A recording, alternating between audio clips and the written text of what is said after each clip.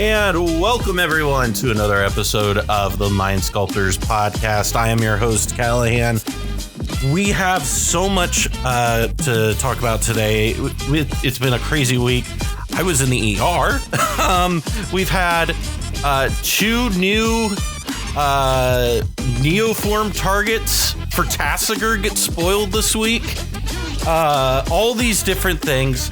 It's been a wild week. So excited to have you in with us today. Joining us today, he's not a Batman villain, although I've been told he might be, is my good friend Cobblepott. Cobble, how you doing today? Doing well. Good to be here. Yeah. And rising from the ashes, as his name implies. He hasn't been on the show. It's been a while since you've been on. I think it was the last time we had you on was the MLC episode with Scoots and all of them. Is probably my best friend out there right now is my good friend Fenix. Fenix, how you doing today? Good to be here. Glad to be out of the Shadow Realm and back in front of the mic. We were talking about how we hadn't had you actually on an episode in forever. And I'm like, you're like one of the most active people in our community. So we're back. For those of you who are wondering, I know I talked about this on Twitter some earlier last week, but I was in the ER. I have been dealing with some health issues. Feeling a little bit more positive about it today than I have in some past days. Got some good news from doctors. But so just as an update for people, I said this in the tweet. If I don't seem like myself, it's probably because I've been feeling out of it for the last month.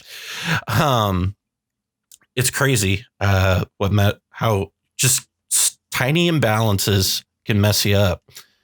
But speaking of tiny imbalances, we're going to be talking about some imbalances that are going on in our format right now. And everybody loves to hate to talk about it, but I think it's conversations that are worth having. Is this conversation around bans and cards that should be bans? And so what I did for this week's episode is I came to you guys and I said, so hypothetically, let's say Sheldon, Toby, those guys, they all come and they sit the three of us down and they say, we want to make sure that cEDH is healthy.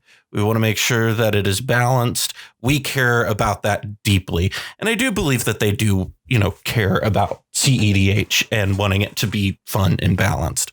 And so I said, if they came and asked you today, what are 3 cards that need banned? And we came up with 3 cards. And so starting us off, 2 cards, we're just going to kind of get 2 of these cards out of the way real quick, because all 3 of us said Dockside Extortionist.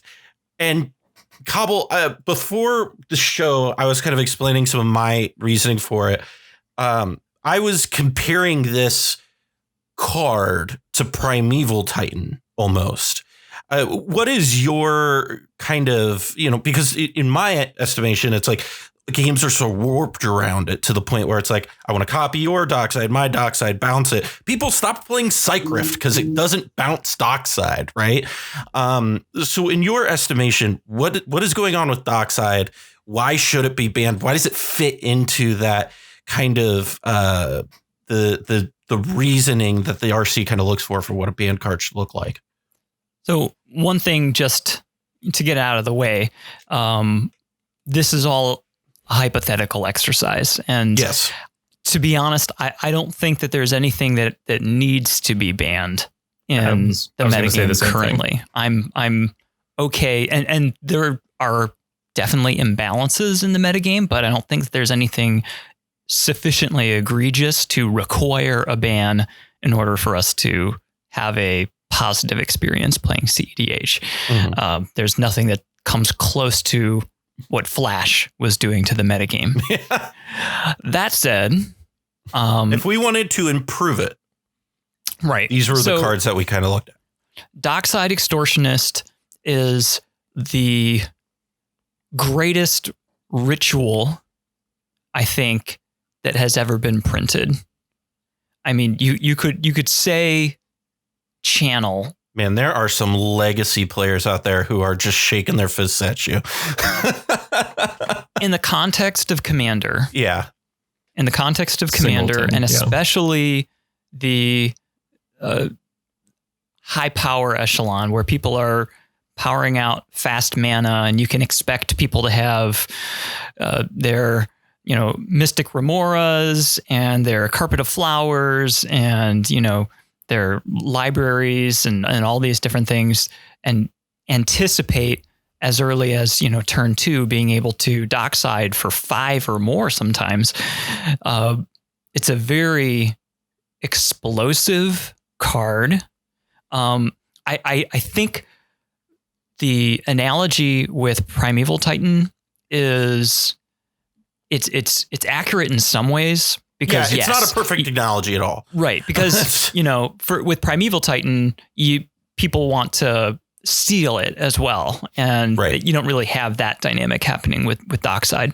Well, and I think I had a conversation with Ian last night where he and I were talking about this. And kind of what I said, I can't remember if he said it or I said it, is a great example is like, look at Phantasmal Image, right? Would Phantasmal Image see nearly as much play as it does if Dockside doesn't exist in the format?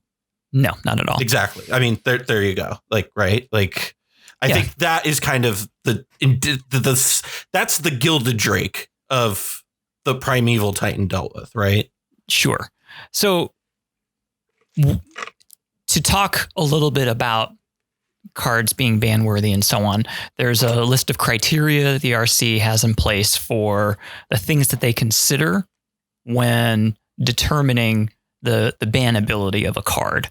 And that includes things like causing severe resource imbalances, allowing players to run and just win out of nowhere, preventing players from contributing to the game in a meaningful way, anything that causes other players to feel like they have to play certain cards, even though those other cards may also be problematic.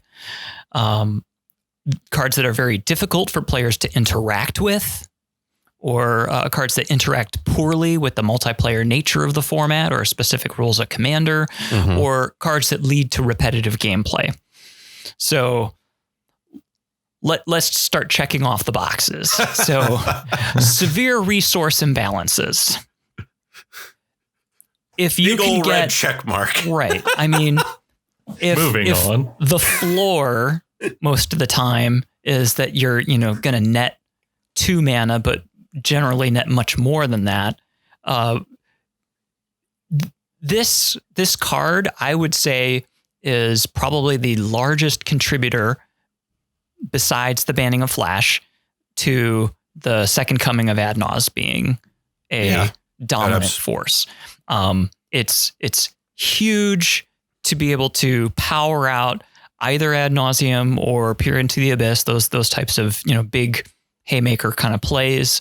And it also insulates you from a lot of the hate that would hold back those aggressive decks in the past. So hate being mana base kind of restrictions as far as blood moon effects, or, winter orb kind of effects.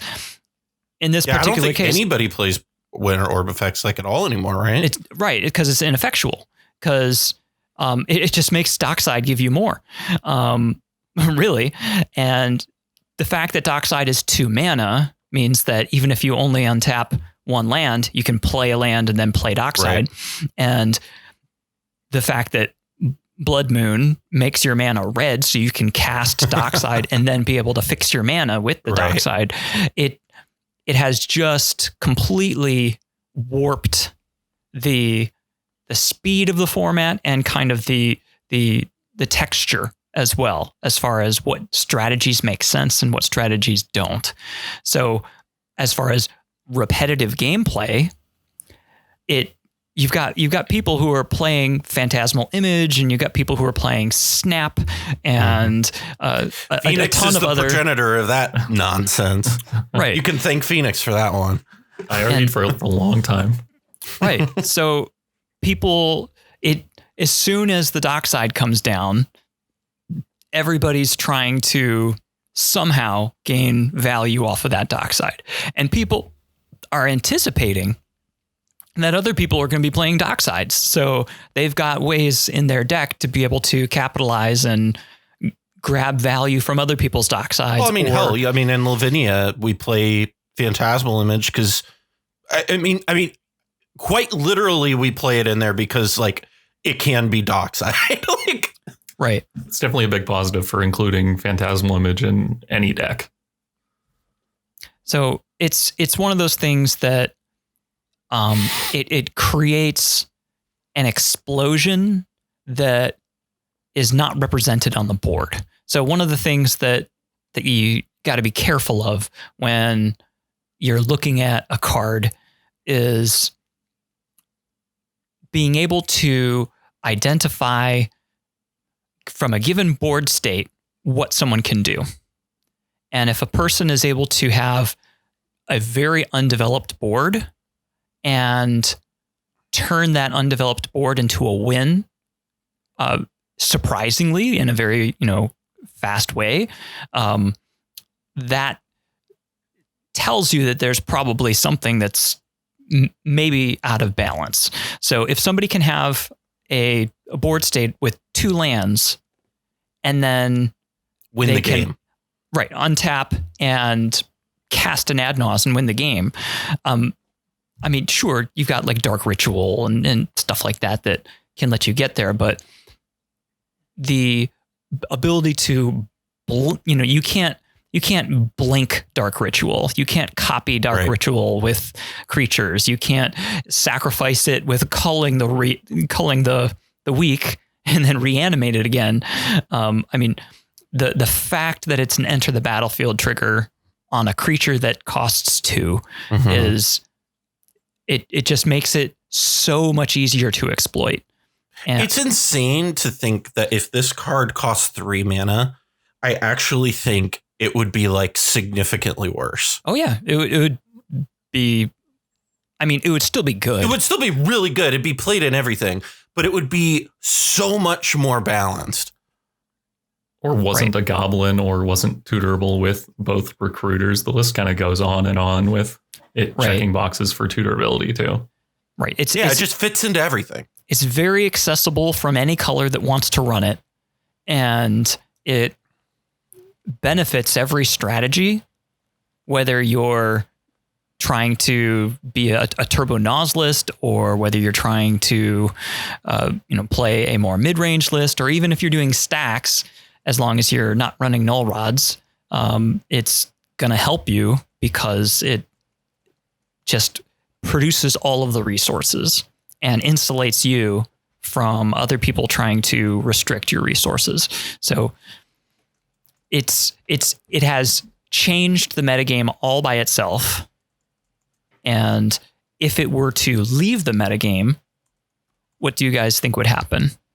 It would be, I think, Phoenix, you go ahead. I'll sit back on this one here for a second. I immediately think the format would be slower. I mean, that's just, without even having to think about it too hard, the format would be slower and people would be more willing to commit to the board. It would improve certain stacks pieces and punish higher color decks. Yeah.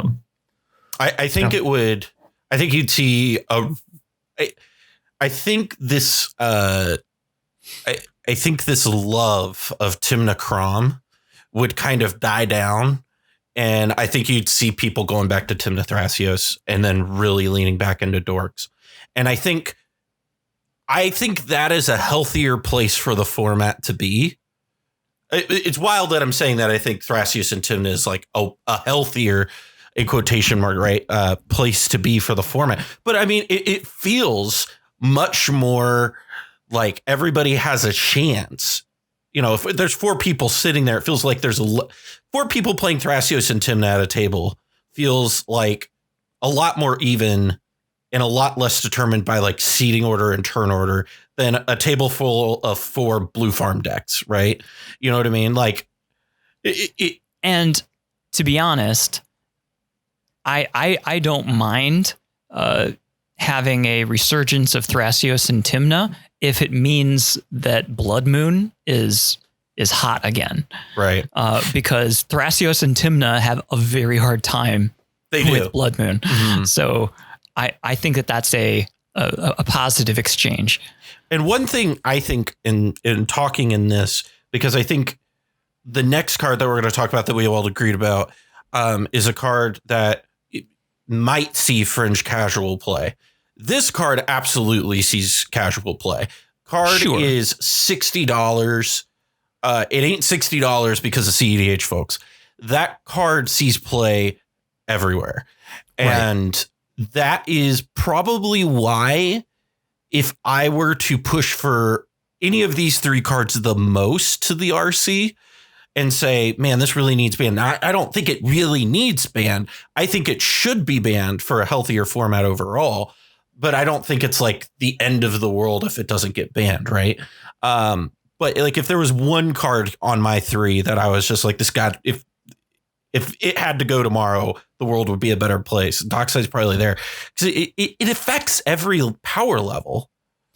Yeah, it does. I don't know in the casual. So in the competitive space, having access to, mana and cards is the way that people win the game.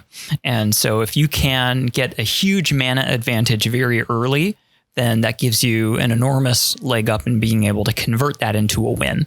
Whereas, but everybody like in casual circles, right, still play like Soul Ring, Arcane Signet, still are playing plenty of enchantments. There's entire decks built around that. Right. And they play bigger bombs than we play, actually. Right. So the mana advantage that you're getting off a quick Dockside, I could argue is more impactful in a casual table to an imbalanced game than it is in cEDH, where at least we have at least we're sitting here, we've got like Force of Negation, Force of all these different things to fall back on, right?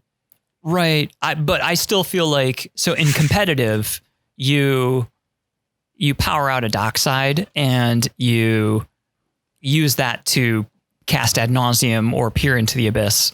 Mm-hmm. And then, you do your thing. Whereas in a casual table, I would expect you have your Dockside that leads you to some big bomb of a creature that's in play. And there it is. That's what you did with the mana. Right. So you've got a big creature now. And that's, I think, less problematic because it's like, well, all right, so you powered a creature into play. Right. But it didn't win you the game right there. And it's not something that changes the experience of everybody because, well, you got 3 people who can remove that creature and it doesn't really cause this imbalance that we see on the competitive side just because the decks aren't poised to exploit it. Right. And also I would argue that it even has some of the same positives that, say, for example, a turn 1 Soul Ring in a casual game has, where the table can adjust to something like that, especially in casual. Right. Yeah, that makes a lot of sense. But I think that's all totally fair. Still think it should be banned. I do have some, since this is the only one that we all have exactly the same, some like simple devil's advocate questions for you guys, then instead of me making the same points that Cobble just made very well. And I think my first one was, are there any decks that you would not play Dockside in? I already know my answer to this, but I wanted to hear it from you two. That I would not play Dockside in? Not play Dockside. I actively don't play it in anything where I'm running null rod effects. Just because. So like, you even play it in Kenrith stacks, though, don't you? I play it in Kenrith because it's one of the win cons in Kenrith. Right. But if you're going to play null rod and Stony Silence and oof in a list, then there's going to be a lot of internal inconsistency and conflict if you're going to try to run Dockside and Smothering Tithe and that sort of thing. So you got to kind of choose one or the other. I can't think of one very easily because so the only decks that I can think of that I would be interested in not running it, and I think, are Arden Crom and Arden Tana. And because of the fact that you're fine playing null rod effects in those because Arden kind of gets around that. But you still want Dockside because of how explosive it makes your hands so that you can get a better control on the board. So it's weird. I can't think of a deck that I actively don't want to play Dockside in. I think my other one that neither one of you mentioned is Polytyrant. Okay, sure. Yeah. So, and even then, maybe you just play Divergent and get both. That's so in Grixis Polytyrant, I actually do have Dockside as well. And because if you get Dockside and Tidespout or something like that, okay. I mean, it's not like that's a bad outcome. So yeah. Or you have a reality scramble and you just polymorph the Dockside too after making mana. Right. I just like, even in decks that play Null Rod, I still think that I want to play it. Like, honestly, it's the same kind of idea as like Razakats plays Collector Oof, right? Like sometimes you have some stuff that's internally inconsistent, but especially in a color like red, where it's so explosive. Like, yeah, there are going to be some situations where you have a null rod down and it's your hand. It's not very good, but there's going to be more situations, I would argue, that it's going to be so explosive and let you play so many more hate pieces that it's worth it, even if there's that internal inconsistency. I'm not sold on that, just because those lists often want to play Rule of Law too. Yeah. And so the thing that you're wanting to prioritize is either getting Rule of Law or getting Artifact Hate down. And you want to do those as fast as you can. We need to do another like stacks philosophy video with you, me, Michael, and Charles, because it's just like there's so many nuances like that with stacks that we could get into. Right. But moving on. So the next piece that we kind of looked at, the next card that we all kind of Cobble and I agreed on. And then Jeremy half agreed. Kind of. Okay. You agreed with me, Cobble. Right. Okay. Is Thassa's Oracle, Cobble and I are correct and want to ban Thassa's Oracle. And Fenix wants to ban Tainted Pact. And Phoenix just wants to see Food Chain die. That's what Phoenix just hates Food Chain. You've played against Snack so many times, you're sick of seeing Food Chain, sick of seeing him, cast Tainted Pact, and there goes Miss Hall Griffin, right? So, okay. So Cabo and I could talk about Thassa's Oracle here for a second. And I think we've covered this probably fairly deeply in the past. We'll talk about here in a second. First of all, I want to hear your reasoning here for why you're the lone person here who's saying we need to ban Tainted Pact.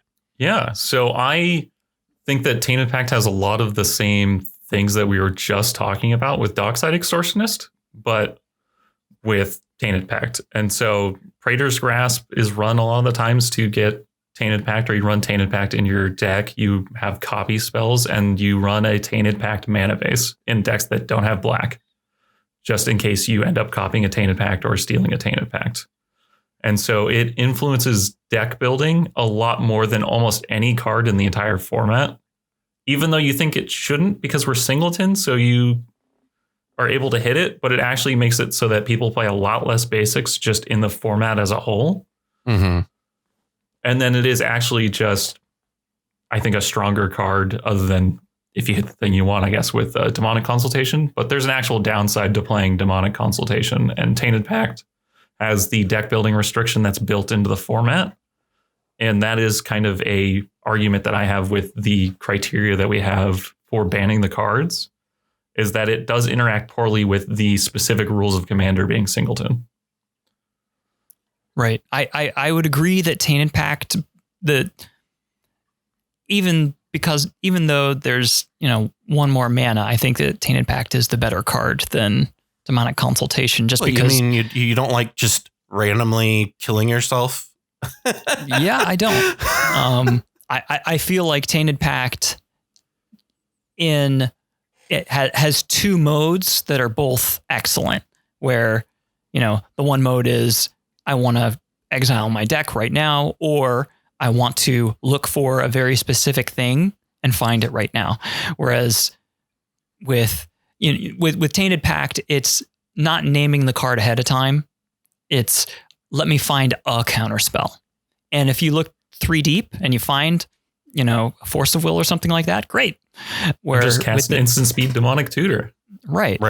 But with Demonic Consultation, you roll the dice and you name a card, and even if something better or something that would have been adequate comes up beforehand, you just wind up, just 3 cards left in your library. Right. Or you have the situation where it's in that top 6 and then you're just done. Right. So I agree that Tainted Pact is the bigger threat of the two. Yeah, and even just an example of a deck that I help maintain is in Prosper, we don't play Demonic Consultation, but we definitely play Tainted Pact without even thinking about it. Right. Tainted Pact's interaction specifically with Lelia is the grossest thing I've ever seen in Magic, probably period. Like for the people at home who don't understand how this interaction works, Fenix, just explain to people why I throw up every time I see Lelia on the field. Yeah, so it's also not a simple interaction because I've had multiple level 1 judges give me the wrong ruling on this, and there was a lot of confusion until we contacted more judges and got more judges involved and actually got the right ruling. So Tainted Pact is just like Ad Nauseam, where on the card it says do the thing, which if you don't know what Tainted Pact does, you're probably watching the wrong podcast, but it exiles the top card of your library. And then if it shares a card that you've already exiled, I should just pull the rules text up, honestly. If it has a card with the same name. If you've hit a card of the same name. Yep, you stop. There we go. Exile the top card of your library. You may put that card into your hand unless it has the same name as another card exiled this way. Repeat this process until you put a card into your hand or you exile 2 cards with the same name, whichever comes first. And so the key line of text there is repeat this process. So because you're exiling the card once and repeating the process, it actually creates different triggers for things that care about 1 or more. So Lelia cares about 1 or more cards being exiled. And so since the process does it individually one time, it creates the amount of cards you've exiled triggers for Lelia to get that big. I have been on the receiving end of one of these big Lelias, and let me tell you, it's not fun. Yeah, it's I have seen Tainted Pact be used as a teamer battle rage against me. It's wild. I imagine Necropotence would work the same. It does, yes. Yeah. That's such a cool card. But so Tainted Pact, and I get your reasoning for it. My argument against banning the Forbidden Tutors, though, is I already think Food Chain's not terribly great. And I kind of would like to see Food Chain be able to be like mildly competitive again. And I think banning Forbidden Tutors means that Food Chain just, I could never recommend playing Food Chain again after if you ban those Forbidden Tutors. That's like their trick. That's like the thing they do really well is utilizing those Forbidden Tutors to their advantage. And like, I would like to see Food Chain come back as a good like archetype. And I don't think banning that. I don't want to see Food Chain die for the sins of Thassa's Oracle.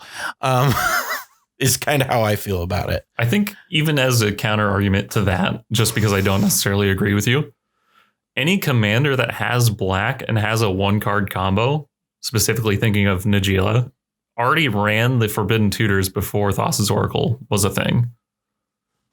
And then specifically uses them to tutor their 1-card win condition. I think that the presence of Thassa's Oracle changes the game, though.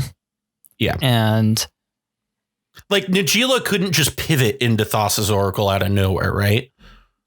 Like it's not like they were playing Chase, but yeah, but that's not even in the same ballpark of being the same thing, right? You're talking about a 4 CMC 3 blue pip legendary planeswalker that has to hit the board. There's a draw trigger that has to resolve. There's so many more layers of interaction with that. Whereas this is 3 mana. This is 4 mana tops. It's about the same amount of mana as their other win con, right? So they're not really doing anything else, and they could just like turn left right into it. Whereas, I mean, I've seen the Najeela mana base. Like it's not very nice to 3 blue pip cards. Right. So the elephant in the room here is the combination of the Forbidden Tutors and Thassa's Oracle, and the fact that that combo has utterly saturated the metagame because it's the undisputed best win con, not just because of how resource efficient it is, but it's 2 cards, so it's very card efficient, and it's extremely difficult to interact with. Whereas with Labman and with Lab Jace, your surfaces for interaction included the stack for those spells while those spells are on the stack, but also permanent base removal to be able to remove either of those in response to someone, putting their draw trigger on. Whereas the Thassa's Oracle takes that out of the picture because no longer can you just remove the Thassa's Oracle because it's a triggered ability. So all of a sudden, the colors that don't have access to good stack interaction, black, green, white, they have nothing that they can do to stop it. If someone just comes down with, I'm going to play Oracle and then respond with Consultation, and you're playing against a, Golgari player, there's literally nothing they can do. It's like, all right, cool, good game. Right. And that wasn't the case when Labman and Lab Jace were the only ways to get there. So I feel like it's very unlikely that we're going to see another demonic consultation or another tainted pact, because they're extremely efficient, and I think they're design mistakes. But we will continue to see ways of eliminating your library in one way or another. Not necessarily exiling your library, but there's certainly ways to mill yourself out efficiently that also result in you having a 0-size library. And as long as that's the case, then Thassa's Oracle is very difficult to interact with and will, I believe, remain an intractable problem.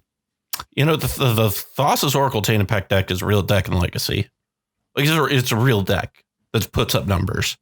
Like they played it in Historic, and then a bunch of people realized, oh shit, the singleton requirement isn't really that big of a drawback when your card pool is insane.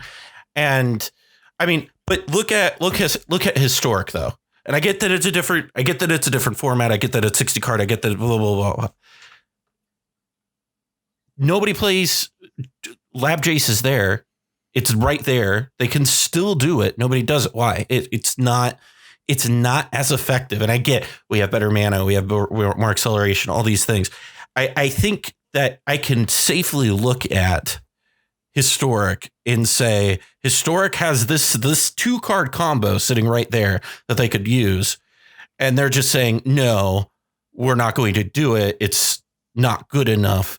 And I think that it's good enough for cEDH, but I don't think it is even in the same. It not only is it not in the same like ballpark of Thassa's Oracle. It's in a different. It's in a different league. It's in a different conference. The Thassa's Oracle is playing SEC football while Lab Jace is playing like JV high school football. OK, they're not even remotely the same. Listen, Lab Jace might be the best quarterback in his rural West Virginia high school JV league. OK, but he's not whoever the quarterback is at Alabama right now. He's not that good. Thassa's Oracle is that Alabama. Thassa's Oracle is I guess Georgia's the great team this year. The differences I don't even think are even I don't even think it's fair to compare them. It's that much better.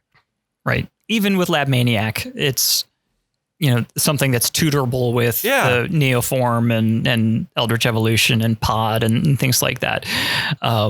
It's not even remotely close to as the power level that Thassa's Oracle has. So kind of getting back on track here, we're really talking about the combination of Thassa's Oracle with Forbidden Tutors and how it leads to repetitive gameplay because it's the de facto best combo. So if you're running Dimmer, then you just run the combo because there's essentially no opportunity cost there. You just add the 2 cards and then that's it.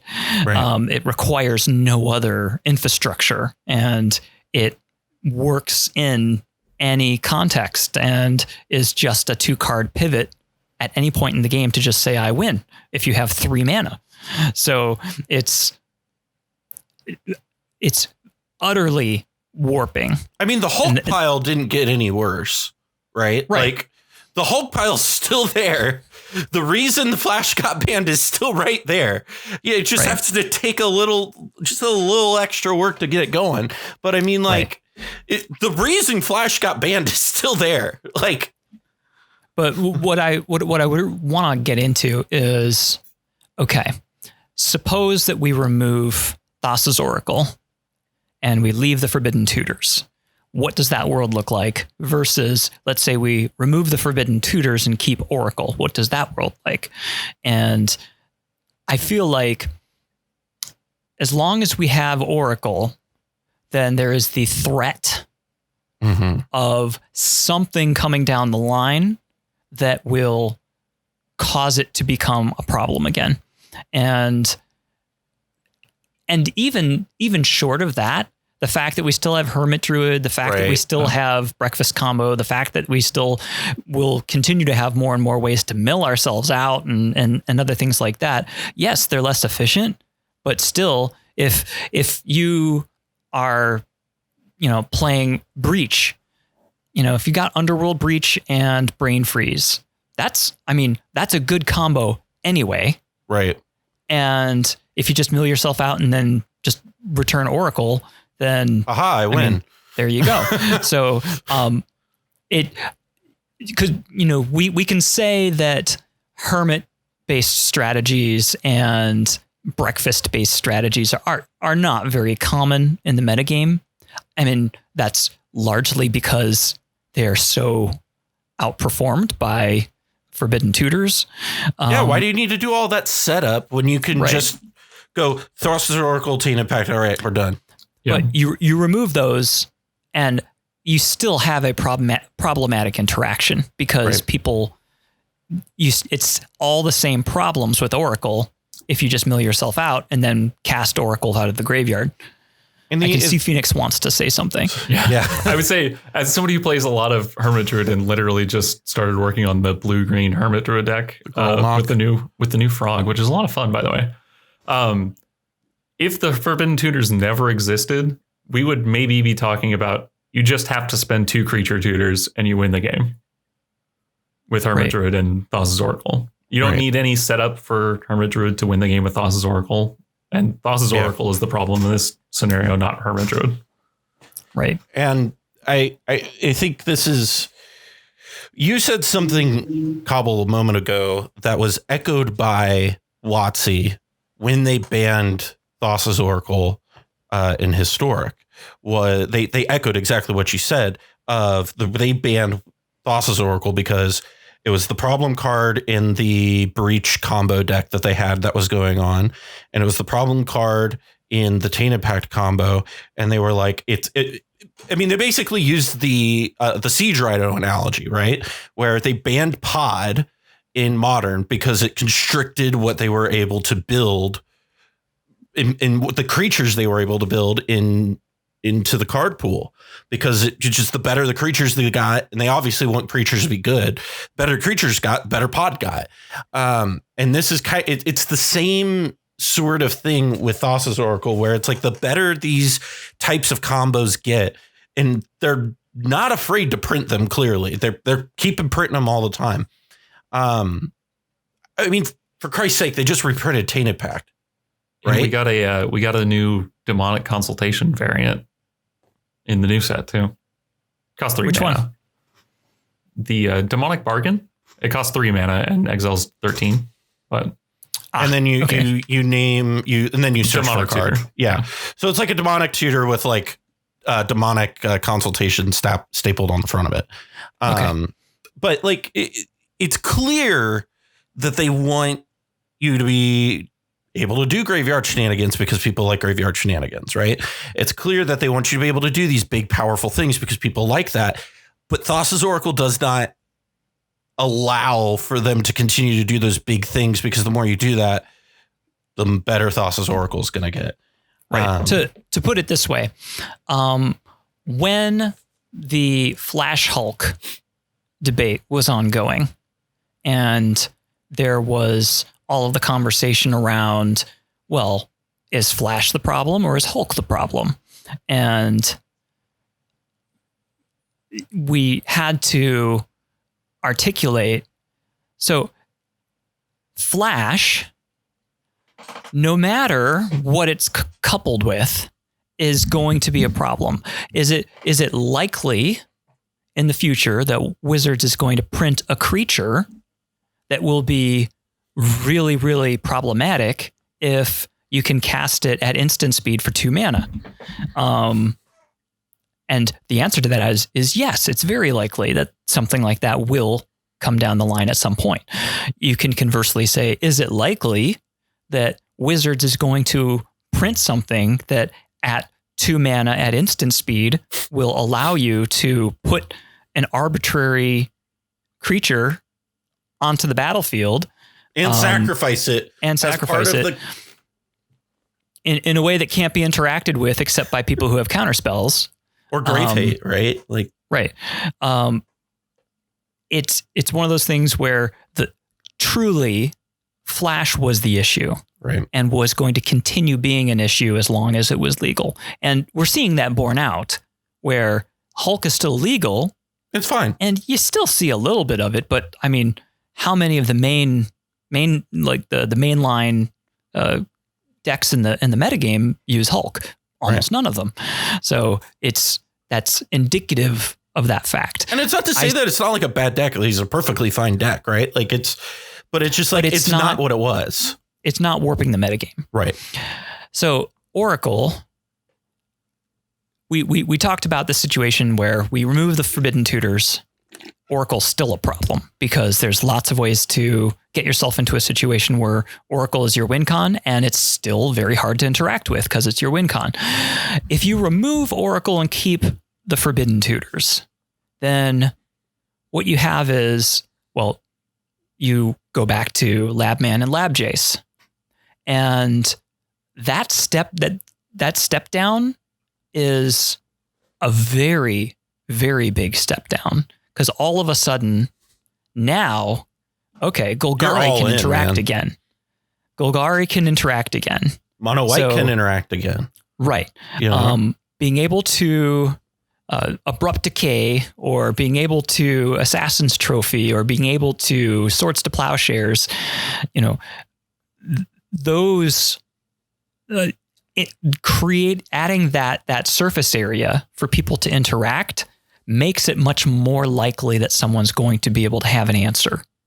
And that in and of itself greatly reduces the threat of the win con. And so one of the things that is in the rules committees, like things that you should see in a banned card is like causes other players to feel they must play certain cards even though they are also problematic. And I'm not going to go far as to say that counterspells. I'm going to follow me here. I think it makes people feel as though they have to only play counterspells as their interaction. Okay. And I don't think counterspells are problematic. However, I do think it pushes people into the problematic nature of, oh, I can't play this deck. It doesn't have blue. Oh, I can't play this deck. It doesn't have what I need to be able to deal with this. Right. And I think that's the problematic part of what pushes people into playing these counter spells, the suites, is the fact that it's not that the cards themselves are problematic. It's the fact that the problematic thing that's happening here is it's actively encouraging people to not play other strategies. Right. I would say it's twofold. One being the one that you're talking about here, where the diversity of decks in the metagame is reduced because some things just can't compete. But it also leads to bad design practices where people prioritize counterspells over removal, which then disproportionately makes other cards stronger because you can anticipate that people won't have the removal to get rid of the Hull Breacher or the opposition agent or the Void Walker or whatever it is. Well, so it's interesting because I think Dockside and Thassa's Oracle like feed off of each other in this, because so we're talking about people are playing less removal. They're playing more bounce spells now, right? So let's say you bounce somebody's Thassa's Oracle after you counter their Tainted Pact, sure, whatever. Okay, now they could just retry, right? Yep. So it's like you actually did deal with the problem, and that's also part of the whole, or not Hull Breacher, Jesus, the Dockside like issue, and so bouncing I think amplifies the problem, right? And I think the two of them kind of make each other worse in a way. Yeah, and I was going to say the ETBs specifically on creatures are things that are easy to be cheated out and cause players to play specific kinds of cards. Right. Because other than literally mono white, most decks want to care about ETBs on creatures because those are the most powerful things we can be doing right now, especially with all of the new creatures that we're getting in new sets. Right. Yeah. Being able to blink, being able to reanimate, being able to neoform. I mean, look at Ephemerate. Look at all the Ephemerate like stuff that's coming around now. I mean, who played? I mean, think about this. Like a year ago, who was really doing stuff with Ephemerate? Did Ephemerate exist a year ago? Yeah, it came out Modern Horizons 1. Huh? Yeah. I mean, nobody played Cloud Shift. You know, and I see Cloud Shift. I see Cloud Shift now. I played Cloud Shift a long time ago. but you know what I mean? Is it's like you keep seeing these cards popping up, and not to go back to Dockside, but I think Dockside makes the Thassa's Oracle problem worse because of the type of interaction suites that people are packing because they're greedy, and so it doesn't actually fix any of the problems. or to put it another way, when people are wanting to be able to be effective against Dockside and Oracle, then it shuts down a huge world of other things that they want to be doing. Right. So, most decks can't profitably run Torpor Orb effects because there's too many other things that they want to be doing that would use those. So the best tools that we have for stopping those two threats cause you to be straitjacketed, and your pool of strategies within that space is so narrow that it doesn't make sense to even try it. Yeah. And I think we talked about that too. And I think Spleen touched on that a few weeks ago when we were talking about the guilds, when we were talking about Dimir and how it deals with that.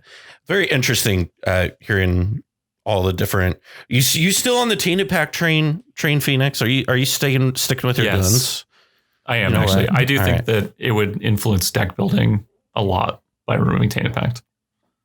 All right. You know what? I'll toss a coin to you for that one. I'll give you props for that one. So the next one up is I guess Cobble and Fenix kind of agreed on this. Our third card. So Cobblepott picked Jeweled Lotus. Fenix picked Mana Crypt.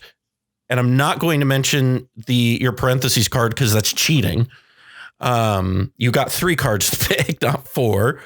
And I picked, I didn't pick Mana one here. I picked Ad Nauseam. So I'm going to throw it over to you guys. So Jeweled Lotus and Mana Crypt are a little bit differently. So Fenix, I'm going to let you both explain this here.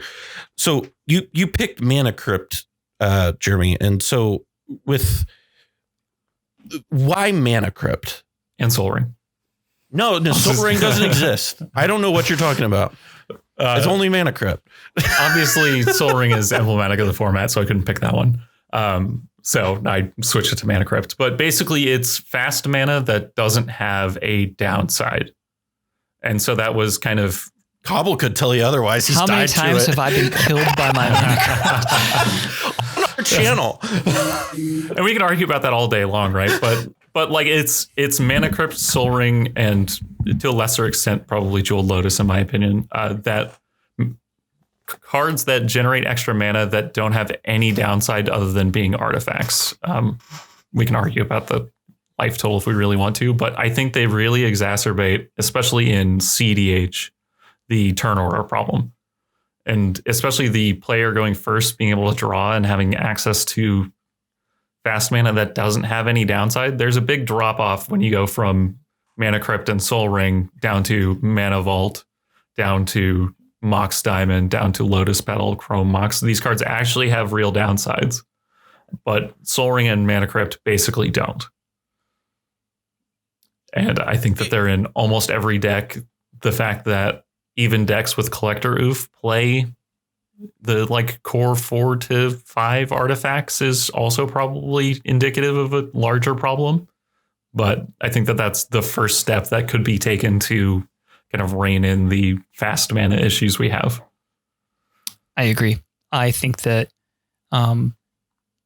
the disparity of win percentage based on seat position indicates that there are some latent balance issues in the game, and if not remedied, it's certainly exacerbated by the presence of fast mana. I chose the Jeweled Lotus over Mana Crypt just because it has further increased the speed of the format and over the top of what it already was with Dockside and, people being able to threaten Oracle wins really quickly or being able to get their ad nauseas off really quickly. With Jeweled Lotus being able to have a turn 1 Najila and a dork and a tutor and a counterspell. or, being able to have a turn 1 Malcolm, or I'll support banning Jeweled Lotus, if only so I can stop seeing Pongo. Just go turn 1 land, dork, Jeweled Lotus, Najeela, pass. Every week. Every week.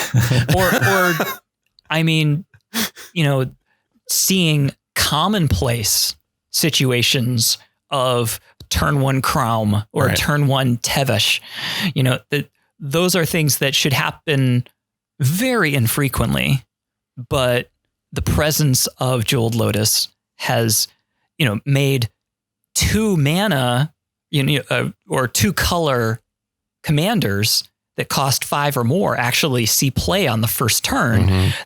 That to me is a red flag, especially if the person who did that is the one who's first in turn order, because that just absolutely accentuates the tempo disparity that player has compared to everybody else at the table.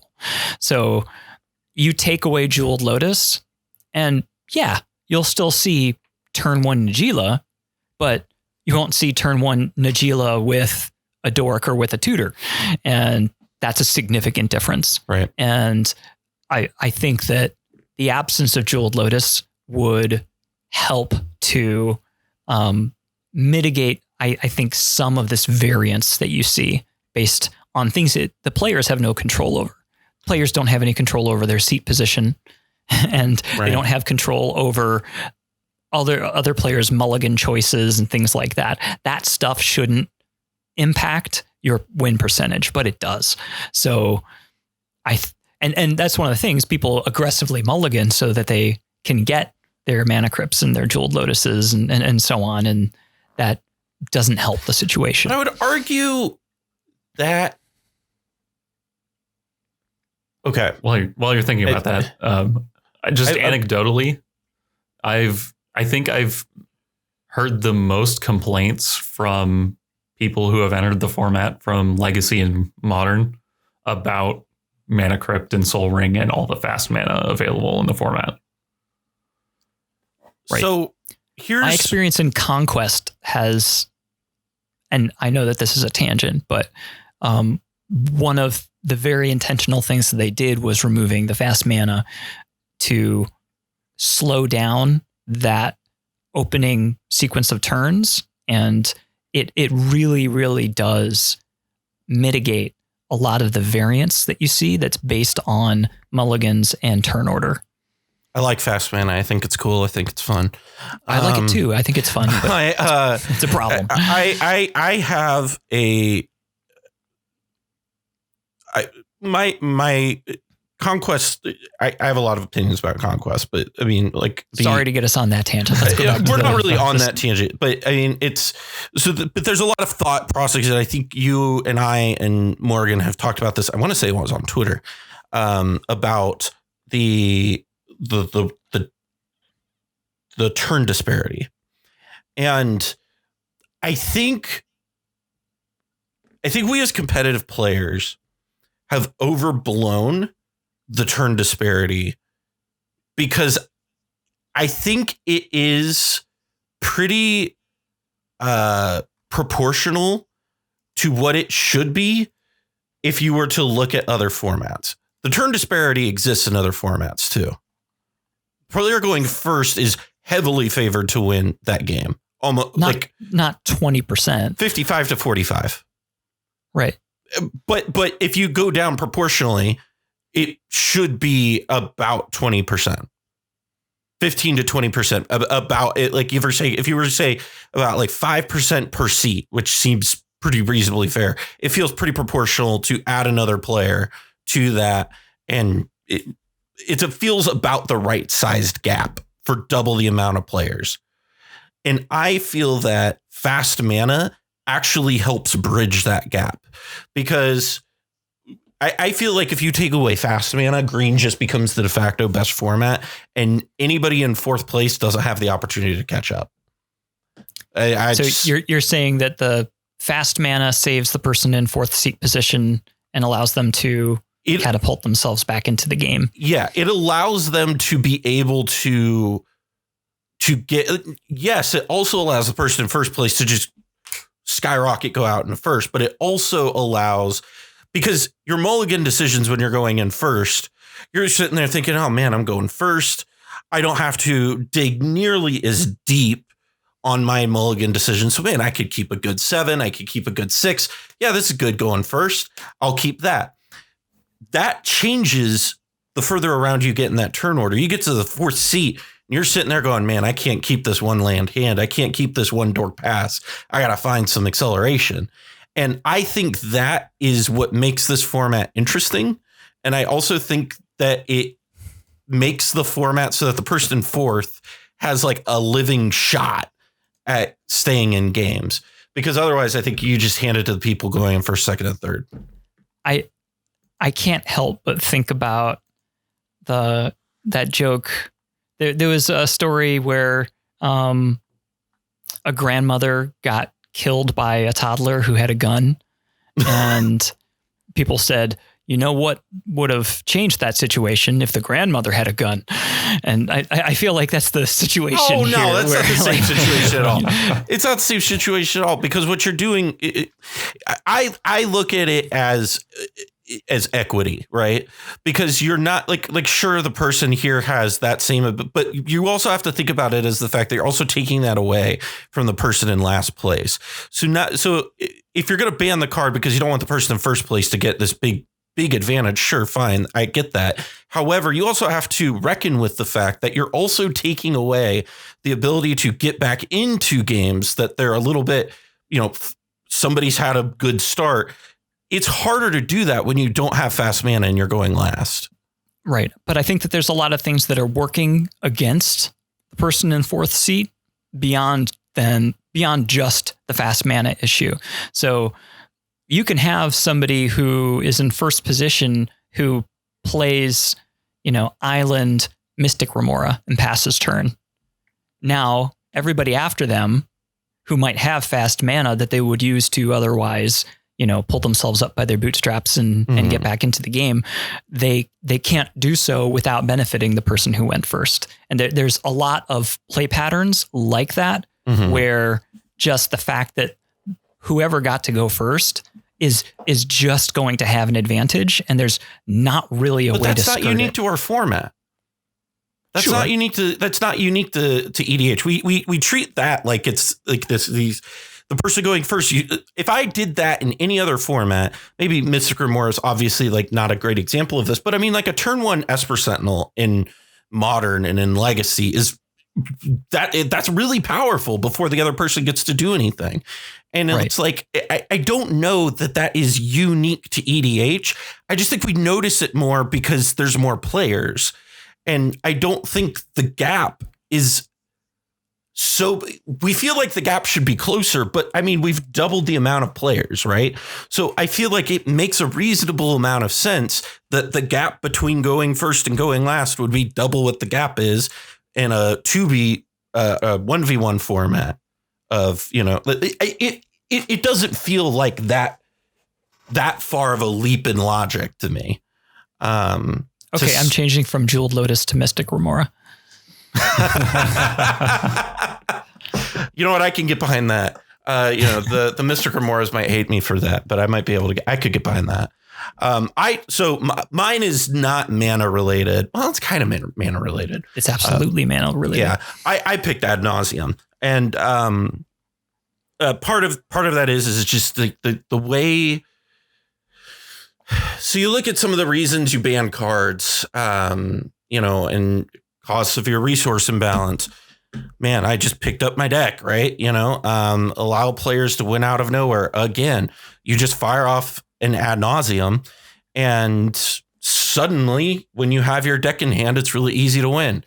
And it prevents players from contributing in meaningful ways. And I mean, sure, you counter the it's the same thing as the Thassa's Oracle, right? You counter the Thassa's Oracle. The Thassa's Oracle is still a threat. They can get the card back. They can play it again. It's not like it's gone. Unless you play Rest in Peace, which I heavily recommend that you do. But it's not like it's going away. And then it causes people to have to play all these weird cards and like sure, silence is good and it's a nice counter to it, but then they get around to their turn and they've discarded down to size and they just go, all right, I played breach. Like, what are you supposed to do there? And so to me, I think Ad Nauseam, first, I think it interacts in a way that leads. I mean, it also leads to incredibly repetitive gameplay, right? I mean, how many times you just go like boom, boom, boom, ad naus, and you're just kind of like, all right, well, this was fun, and then you just kind of have to wait for them to see the right pieces. And I also, completely separate of the RC thing, I just want to see a format shakeup. Like I want to see new. I want to part of why a small portion of why I picked these three is I think you banned all these three. I think you'd see some archetypal shifts that I would like to see. I'd really, it'd be completely huge, but I'd really like to see it because I think Underworld Breach decks get considerably worse without Ad Nauseam. I don't think they become unplayable. The cards still are insane, but I don't think they lose a lot, but they come down a peg, right? I think because they play off of each other really well. Sure they do, but I think it shifts the format in a way that I would like to see some new stuff come up. And it's kind of like how, you know, man, Delver's been running Legacy for how long now? You know, just like to see something else. You know what I mean? And I feel like that's where Legacy players are at right now, where they're just kind of sitting there and they're like, we would really like to see something that's just not Delver, you know? And that's kind of, there's a part of me that there's a lot of like logical reasons where you could get into like, this is worthy of banning, blah, blah, blah. But a large part of me is just like, I just want to see a format shakeup. I truly believe that we're in the midst of a transition where if you are keeping up with the tournament scene that's happening, and you know the most recent tournaments, you know the most, I forget which one was the most recent, but the top four didn't have a single Ad Naus deck in it, and it was all hate bears and yeah. So, and if you look at the field of a lot of those tournaments, what people are doing is they're anticipating that everyone else is going to be on Ad Naus. Right. So everybody is shifting to try to beat Ad Naus, and what's winding up happening is that Ad Naus is showing up as having very small representation. And when Winota gets overpopulated. Right. And you're having lots of Winotas, right. and then Winota's going to come back down to earth here soon. It's not going to stay on this hot of a streak.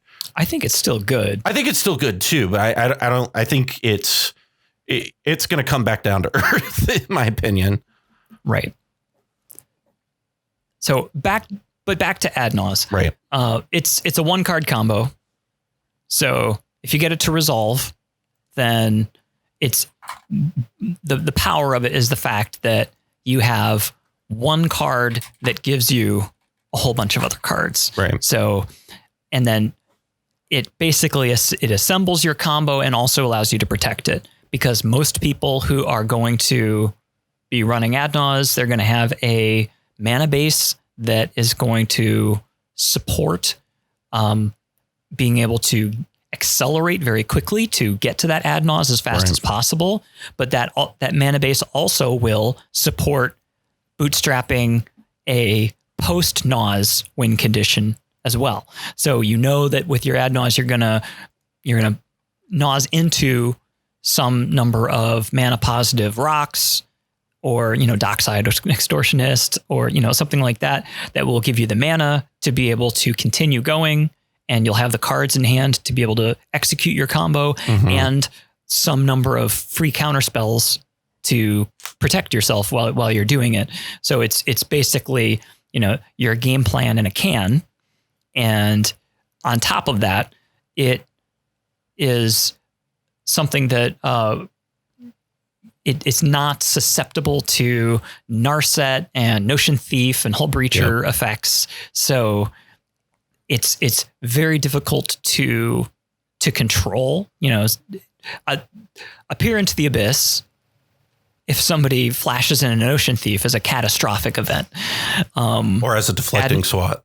Right. Ad Nauseam, there's really very little risk in doing an Ad Nauseam. Right. I really think that keeping Ad Nauseam, and this is taking a page from Conquest again, I feel like keeping Ad Nauseam and changing the life total from 40 to 30 would make a huge difference. Oh, well, aggro decks are on the table if you do that, though. Right. Which is huge. Right. And Ad Naus is much, much less deep on average. And it's a night and day difference. Also, Sarah's Ascendant just doesn't get turned on automatically. Yep. And yeah, I was going to say that also just plays into one of the points on our list of reasons why it could be banned, which is that it interacts poorly with the rules of the format. Having more life means that Naus is even better. Right. Right. And I think that all highlights really well. And now you could make an argument that if you banned the other two cards that I brought up, right, that Naus kind of comes back down to earth a little bit. But I don't know that it's that much worse without those two cards, right? Like, I would say if you removed Mana Crypt and Dockside Extortionist, you would see a lot fewer Nauses as quickly as they're threatened. But it'd still be insane, right? Like, right, but it's both sides of the Naus. Right. So being able to accelerate into it, right, you would see less of, and then coming out of it, you would have more variance because you have less tools to generate positive mana outside of, starting from zero. Ban the frickin' goblin. That's how I feel about it. And I think if you ban Ad Naus, then Notion Wheels becomes the threat. Yeah. Because basically people can underworld breach with impunity unless rule of law or rest in peace becomes a mainstay, and just wheeling with an Ocean Thief or with a Narset or whatever that's just game. Well, and one of the things I think people need to think about, and I think we touched on this in our Demir episode, to kind of slowly go back to like Dockside and Thassa's Oracle, is like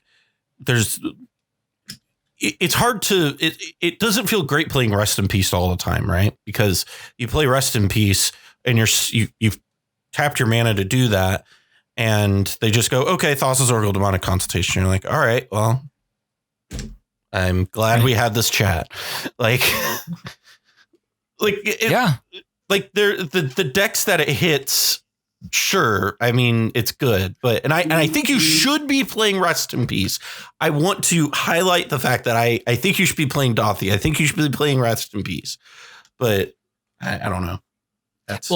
What it points out is generally you can expect a deck to have a set of lines along a certain trajectory. Right. So when you're playing Vintage and you lose your first game to Dredge, you side in all of your graveyard hate, and you've got a good chance of winning the next two rounds.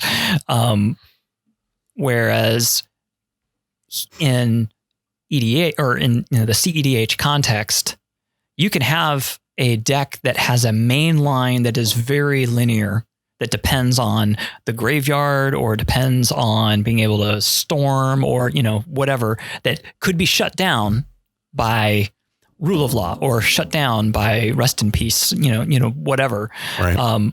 And that just has the option of including two cards that let it pivot and just win the game without having access to the main line that they've got. Right.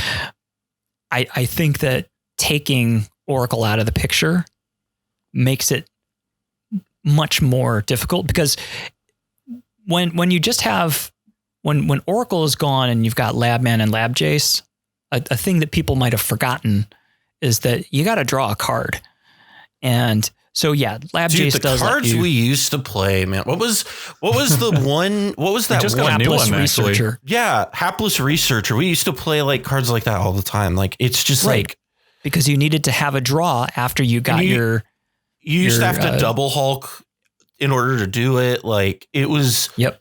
It was such a pain in the ass. Like right. And when Hulk was a thing, everybody played Grafdigger's Cage, and all of a sudden, Hulk couldn't do its thing, and you could just pivot into Oracle Consultation, and then okay. So it really minimizes the checks and balances of the metagame. If Oracle disappears, those checks and balances come back to some degree because the ability to pivot is significantly lessened. Phoenix, what do you think? We brought you back, and Cobble and I have been talking a lot. What do you think about all this nonsense? We were talking about Ad Nauseam, we're talking about Thassa's Oracle, we're talking about banning shit. What are you thinking? I was thinking about what we didn't talk about, notable cards that I think that we didn't talk about. So the one that I was expecting to maybe see from one of you two, and I didn't see, was Intuition. I'm very surprised. Card's fine. I was very surprised neither one of you talked about Intuition. It was one of the ones that I was considering talking about. I mean, we even have a card that is slightly more powerful, but slightly more expensive with Gifts Ungiven that's on the ban list currently. I didn't consider Intuition, but I did consider both Savine's Reclamation. Really? Okay. And Underworld Breach. Damn, that's a hot take. I wouldn't have thought of Savine's. I did briefly think about Underworld Breach. Because, I mean, Intuition is a great card. It's high variance unless you tutor for 3 tutors, or you have 3 redundant effects of the effect that you're looking for, or you have really good reanimation, or you have Savine's Reclamation and Underworld Breach. And I feel like people didn't really play Intuition until Underworld Breach and Savine's Reclamation. Some people played it. I need fan art of the Intuition lady with the Bane mask. Nobody cared who I was until the Breach came. I mean, it saw play. Absolutely, it saw play. But the ascension of Underworld Breach and Savine's Reclamation caused people to re-embrace it. It had a renaissance. Intuition is seeing more play than it ever has in the cEDH metagame because of those 2 cards. And I feel like Underworld Breach, when it was first revealed, I said, this is better than Yogg Will. And you were right. Still think that. I still think that it's better than Yogg Will. And that's saying something. So I can't, I just, can you imagine, Cobble, if you had gone back to 2016 Cobblepott, Thrasios and Tim that had just been printed, all this crazy stuff has come out, and I came to you from the future. First of all, you'd be like, who the hell is this teenager? Second of all, year 2000. Go back to 2016. I tell you, they're going to print a better Yawgmoth's Will, and it's going to be in red. You would have looked at me like I was a psychopath. Well, I would have said, oh, it'll be in red. Then that's not too much of a problem. But I think another point about Intuition, just since we were just talking about it and I was the one who brought it up, is that I actually think it interacts very poorly with multiplayer, because unlike a lot of other cards that we play, you can very easily collude with opponents and get the thing that you want. And I think that is actually one of the biggest reasons I would want to ban it. Okay. I very rarely see it used. I see it used that way all the time. in a collusion sort of manner. Most of the time, it's just I'm going to go get Lion's Eye Diamond and Underworld Breach. Oh man, you need to come on Team Turn 3 on Sunday nights sometimes, man. The deals that get made to stop Pongo or to stop Morgan from going off, man, are insane. It's all right. I'm gonna intuition for these 3 cards. I need this one, and then you do the thing. I mean, it's wild. I did not think about intuition. You want to know why? Because I'm solidly in the unbanned gifts ungiven camp. I agree. I'm solidly in that camp. I think it's perfectly fine. I think that intuition is perfectly fine. And I think that if you can have intuition in the format, you can have gifts ungiven in the format. Definitely agree. Plus, I have a really cool gift foil Jace gifts ungiven that I want to play. Which is the real reason why you. I mean, it's a small reason, but it's also like I don't know. It just seems strange to me that there were like gifts ungivens can't play that card. Intuition, that one's fine. It feels weird. I think the reserve list probably plays a role into that. I think if it's a cheaper card, they might think about it more. But I don't know. One card that did cross my mind when I was talking about this, believe it or not, was Arcane Signet. And I think that is because of the fact of like, it makes talismans like completely irrelevant. Unless you're like in 2-color decks, I feel like, because like what I've been doing in my 2-color decks, like I just play Arcane Signet. I don't even play Felwar Stone anymore in 2-color decks. I just play the talisman. And it feels like it's made a lot of stuff really irrelevant. And one of the things we were talking about this earlier today, and we'll talk about this in the set review, but the new Tidespout Tyrant that just came out. One of the things that I like about that card design is that it replaces that it's broken. Yes, it's broken. It's incredibly good, but it replaces Tidespout Tyrant without taking away Tidespout Tyrant's niche. You know what I mean? Like you can like there's still, and I like cards that do that. And I feel like Arcane Signet doesn't do that. Like it just invalidates a lot of stuff. And that was it's the Golos problem. Yeah, I mean, it's the Golos problem. And it's as sad as I am that I can't play Golos shops anymore. Golos being gone is fine for the format. But you know, that's that. But I don't know. Interesting conversations. I love talking about bands. I know some people feel like it's like not fruitful, but I always think like discussing these things and kind of thinking about where the format's at, you know, what could be improved, those sorts of things. I think it's interesting, and you know, it's good for the algorithm, right? Just want to reiterate, we're not calling for a ban of any of these cards.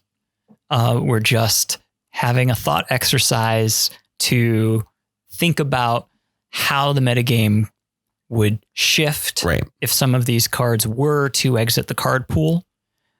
The metagame as it is right now it's pretty good. Healthy. It's healthy. It's diverse, and it doesn't need bannings to get itself into a healthy state. It's already there. Yeah.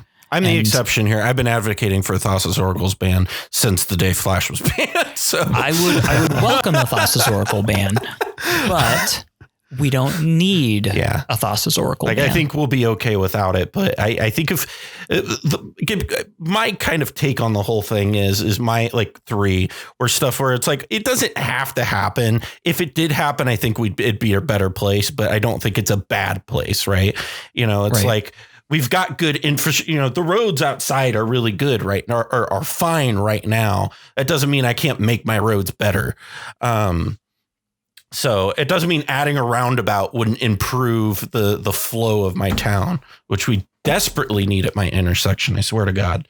Well, that's about all that we got for today. Just want to remind you guys of a couple things. Guys, we have a merch store. We finally did it. You can go to www.themindsculptors.com/shop and you can check out. We've got hoodies. Do they come in different colors or we just pick one color? We have different colors. Yeah. Okay. So there's different colors so there's a hoodie that I own. It's awesome. I love it.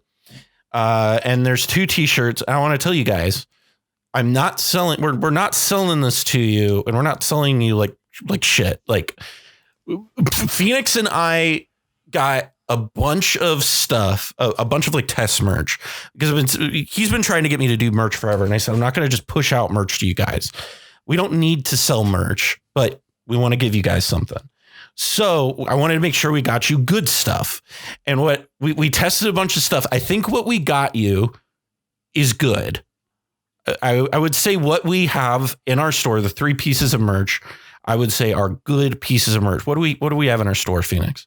We have a hooded sweatshirt, and then the same short sleeve tee with a big logo and a small logo. So if you like the Mind Sculptors, you like what we're doing around here, go over there, get yourself a hoodie. It's getting cold outside. Right, I live in Ohio. Yeah. You live out in Cleveland. How cold is it out there right now? Right now it is 41 degrees. Jesus Christ. So it's not that bad. Yeah, it's not that bad. It's Cleveland. You guys have my dad grew up in right out there in North Ridgeville. So they get some bad winters out there. All that lake effect snow. Mm-hmm. Being buried. Also, just a reminder that if you like what we're doing out here on the Mind Sculptors, you want to support us, you want to support the different stuff that we're going to be doing, like the MLC that we will be putting on again next year. Go over to our Patreon at patreon.com/the Mind Sculptors, and you can, for the low price of $2 a month, join in on our Discord server. Come hang out with the 3 of us. We're all very active. Okay. I'm probably the least active because I don't have the bandwidth for Discord. But we call Fenix Phoenix Bot, because every spoiler season, all you do is just post all the spoilers. I'm in every spoiler Discord or Twitter or anything that exists. I live for spoiler season. So if you want to get up-to-date info on all the spoilers that are going on, come join our Discord. Phoenix is in there. And if you want to give a little bit more, help us out. We greatly appreciate that. Also, if you want to follow us on Twitter, you can go to Twitter and follow us at SculptyBoys, BOIS. Or if you want just the easy way to find us, there's a direct link in the link tree in the description below. And want to also give a shout out to everybody who already supports us. You guys are great. You guys are the lifeblood of the Mind Sculptors. Quick shout out to some of the people who follow us and support us already. People like Hal from the Spellseekers. He supports us. People like Artie, Blazer, DJ Yavamaya, Harry from Moxfield, all sorts of people like that. We greatly appreciate all of you. Thank you for your support. And, great episode. Any final thoughts from you two? I think that thinking about the format and where it's at is always a good thing. And it helps us to kind of put a "you are here" kind of sticker on the map to get us to be able to measure the health of where things are and strategize about things that we can do to improve. And banning is just one thing, and it is often not the best thing. Right. So. Yeah, and I was going to say that if you're having problems with any of these cards, feel free to talk to your play group and ask people to not play with them. Use your Rule Zero conversation and ask people to play different decks if you're having issues with them. And if they won't, we'll come to us. We'll help you figure out how to beat those cards. Well, that about wraps things up from all of us here at the Mind Sculptors. I'm Callahan. Thank you for joining us this week, and we'll see you next time. I'm in line with the stars. I'm in sync with the earth. 10 toes deep, flower child from the turf. I never switch sides. Like even when I die, I'm a ride for the squad. Let her ties in the hearse. I've been on a vibe, kind of hard to describe. I'm in between, I'm good and it's fine, but I'm tired of the grind. Then I come alive in the night to realize I'm in the middle of the time of my life. I never sold pack for the stack, never lied on the rap. Got a bag from the way that I write it. Queen looking Tyson, do that ass survive, doing 80 to the house. Then I hit it to the sky change. Haters on a tirade, talking to the Crypt in the face, be still, let that hate stuff fade. We all want the same, we all want a meal in the safe. I wanna live spill from my lips, feel big from the bib. Take a sip till I pass out. Try and get grit, but it don't make sense. Cause you can lose life on this fast route. Yeah, turn thoughts to a cash cow. I might flip that to the glass house. I don't need the accolades, I'm in love with the chase. I just wanna eat,